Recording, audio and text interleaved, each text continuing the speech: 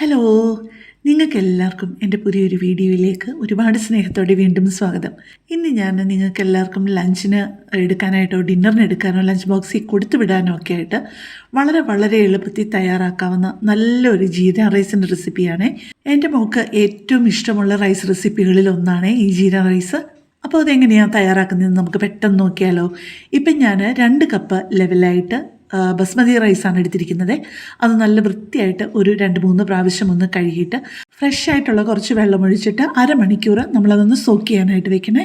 ഇപ്പോൾ സോക്ക് ചെയ്യാൻ വെച്ചിട്ട് അരമണിക്കൂർ കഴിഞ്ഞിട്ടുണ്ട്. ഇനി നമുക്ക് അത് വെള്ളത്തിൽ നിന്നൊന്ന് മാറ്റണം കേട്ടോ, വെള്ളത്തിൽ തന്നെ ഇട്ടേക്കരുത്. പിന്നെ നമുക്ക് ഇച്ചിരി വലിയൊരു പാൻ എടുക്കണേ. അതിലോട്ട് ഞാൻ 2 ടേബിൾ സ്പൂൺ നെയ്യ് ഉരുക്കിയത് ഒഴിച്ചിട്ടുണ്ട്. 1 ടേബിൾ സ്പൂണ് സൺഫ്ലവർ ഓയിൽ കൊണ്ട് ചേർത്തിട്ട് 1 ടേബിൾ സ്പൂണ് ചെറിയ ജീരകം ചേർത്ത് കൊടുത്തിട്ട് അതിൻ്റെ കൂട്ടത്തിൽ തന്നെ 3 ഏലക്കയും 3 ഗ്രാമ്പുവും 2-3 കട്ടിയില്ലാത്ത കഷ്ണം കറുവാപ്പട്ടയും ഒരു വലിയൊരു ബേ ലീഫ് 2ആയിട്ടൊന്ന് മുറിച്ചതും കൂടെ ചേർത്ത് ചെറിയ ഫ്ലെയിമിലിട്ടിട്ട് ഒന്ന് വഴറ്റി കൊടുക്കണേ. അതിൻ്റെ മണമൊക്കെ ഒന്ന് വരുമ്പോഴേക്കും അതിനകത്തോട്ട് നല്ല വലിപ്പമുള്ള ഒരു സവാളയുള്ളി, അല്ലെ മീഡിയം വലിപ്പത്തിലുള്ള 2 സവാളയുള്ളിയും 1 പച്ചമുളക് നന്നായിട്ടൊന്ന് ചതച്ചതും കൂടെ ചേർത്ത്, പച്ചമുളക് നിർബന്ധമല്ല കേട്ടോ, അത് നന്നായിട്ടൊന്ന് വഴറ്റിയെടുക്കണേ. എന്ന് വെച്ച് കഴിഞ്ഞാൽ ആ ഉള്ളിയുടെയൊക്കെ സൈഡൊക്കെ ചെറിയൊരു ബ്രൗൺ കളർ ആകുന്നത് വരെ ഒന്ന് വഴറ്റി കൊടുക്കണേ. അപ്പോൾ പെട്ടെന്ന് ഞാനൊരു കാര്യം പറഞ്ഞോട്ടെ, എൻ്റെ ഈ ചാനലും എൻ്റെ വീഡിയോയും ഒക്കെ ആദ്യമായിട്ട് കാണുന്ന ആരെങ്കിലുമൊക്കെ ആണെന്നുണ്ടെങ്കിൽ എൻ്റെ ചാനലിൽ ഒരുപാട് നല്ല നല്ല വ്യത്യസ്തമായിട്ടുള്ള റെസിപ്പികളുണ്ട്. നിങ്ങൾക്ക് അതൊക്കെ ഇഷ്ടപ്പെടുകയാണെങ്കിൽ എൻ്റെ ചാനലൊന്ന് സബ്സ്ക്രൈബ് ചെയ്യാനും ലൈക്ക് ചെയ്യാനും കമൻറ്റ് ചെയ്യാനും നിങ്ങൾക്ക് ഇഷ്ടമുള്ള വീഡിയോസ് നിങ്ങളുടെ പ്രിയപ്പെട്ടവർക്ക് വേണ്ടിയിട്ട് ഷെയർ ചെയ്ത് കൊടുക്കാനും മറക്കല്ലേ. ഇപ്പം നമ്മുടെ ഉള്ളിയൊക്കെ ഒരുമാതിരി നന്നായിട്ട് വഴന്ന് വന്നിട്ടുണ്ട്.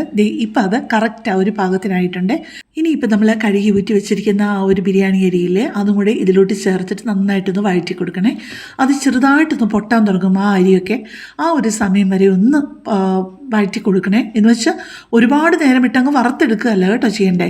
പിന്നെ നമ്മൾ കുറച്ച് വെള്ളം തിളപ്പിച്ച് വെക്കണേ. ഒരു 4-5 കപ്പ് വെള്ളം തിളപ്പിക്കാൻ വെക്കണം. പക്ഷേ ഞാൻ ഇതിനകത്ത് ഒഴിച്ചു കൊടുക്കുന്നത് 2 കപ്പ് അരിയല്ലേ നമ്മൾ എടുത്തത്, 3.25 കപ്പ്. ഇത് അവസാനത്തെ കപ്പാണ്, നിങ്ങൾ കണ്ടല്ലോ.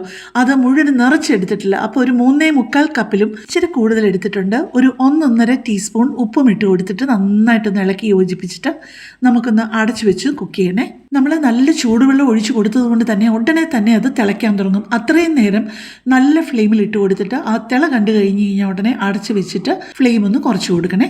അടച്ചു വെച്ച് ഒരു 5-6 മിനിറ്റ് കഴിയുമ്പോഴേക്കും നമ്മളൊന്ന് നോക്കണം വെള്ളമൊക്കെ ഉണ്ടോ എന്ന്. എന്നിട്ട് വെള്ളം എന്തായാലും ഉറപ്പായിട്ടും ഉണ്ടാവും. അപ്പം എല്ലാം കൂടി ഒന്നുകൂടെ ഇളക്കി കൊടുത്തിട്ട് ആ വെള്ളമെല്ലാം വറ്റുന്നത് വരെ കുറച്ച് നേരം കൂടെ ആ ചെറിയ ഫ്ലെയിമിൽ തന്നെ ഇങ്ങനെ ഒന്ന് അടച്ചു വെച്ചേക്കണേ. എത്ര നേരം കറക്റ്റ് അങ്ങനെ അടച്ചു വെക്കണമെന്ന് ഞാൻ പറയാത്തതിൻ്റെ കാരണം നമ്മൾ ഓരോരുത്തരും ഓരോ ഫ്ലെയിമിലല്ലേ വെക്കുന്നത്, അതുകൊണ്ടാണ് കേട്ടോ, നിങ്ങൾക്ക് തെറ്റിപ്പോകാതിരിക്കാൻ വേണ്ടി. പക്ഷേ ഇത് ആയി എടുക്കുന്നത് വരെ അതിൻ്റെ കൂടെ തന്നെ നിൽക്കണേ, അടുക്കി പിടിക്കാതെ. ഇപ്പം ഇതേ ഒരു ഇത്തിരി പോലും അടുക്കി പിടിക്കാതെ നല്ല ഭംഗിയായിട്ട് എല്ലാം ഒരുപോലെ വെന്ത് കിട്ടിയിട്ടുണ്ട്. എങ്കിൽ ഇത്തിരി പോലും കുഴഞ്ഞു പോയിട്ടുമില്ലേ. പിന്നെ ഞാൻ ഒരു 1/4 കപ്പ് മല്ലിയില അരിഞ്ഞെടുത്ത് വെച്ചിരുന്നു. അതും കൂടെ ചേർത്ത് നന്നായിട്ടൊന്ന് ഇളക്കി യോജിപ്പിച്ചിട്ട് ആ വലുതായിട്ട് കിടക്കുന്ന മസാലകളൊക്കെ ഇല്ലേ, ബേ ലീഫും കറുവാപ്പട്ടയും കാണാൻ പറ്റുന്ന എല്ലാ മസാലകളും ഒന്ന് മാറ്റിയിട്ട് കുറച്ചുകൂടെ മല്ലിയിലയൊക്കെ ഒന്ന് തൂകി കുറച്ചുകൂടെ ഒന്ന് ഭംഗിയാക്കി എടുക്കുമായിരുന്നേ. നിങ്ങൾ ഇതൊരു പ്രാവശ്യമെങ്കിലും ഒന്ന് ട്രൈ ചെയ്യാതിരിക്കില്ല കേട്ടോ.